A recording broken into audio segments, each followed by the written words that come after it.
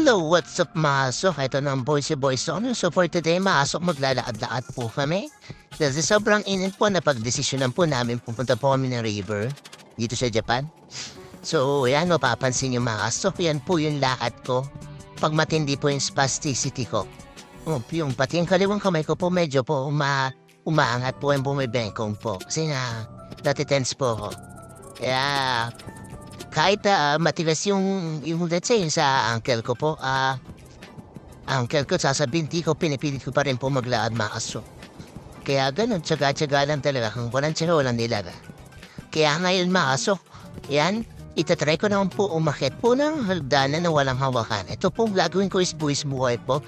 Kailangan mo lang talaga po lakasan ng loob kasi kung hindi nyo po lalakasan ng loob, wala po kayong mararating. Lalo sa stage natin mga pa-strokies, kailangan na natin lakas ng loob para maano po natin, malagpasan natin mga challenges natin sa buhay at sa recovery.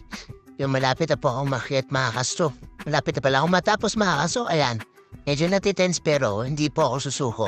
Tatapusin ko itong pag-akyat, hindi po ako hihingi ng tulong. Hanggat matapos ko po yung pag-akyat at makarating sa taas ng hindi po nandidiscussion. Ayan po mga kaso, salamat po sa inyong panonood. Thank you, ito si Boystro. Bye-bye.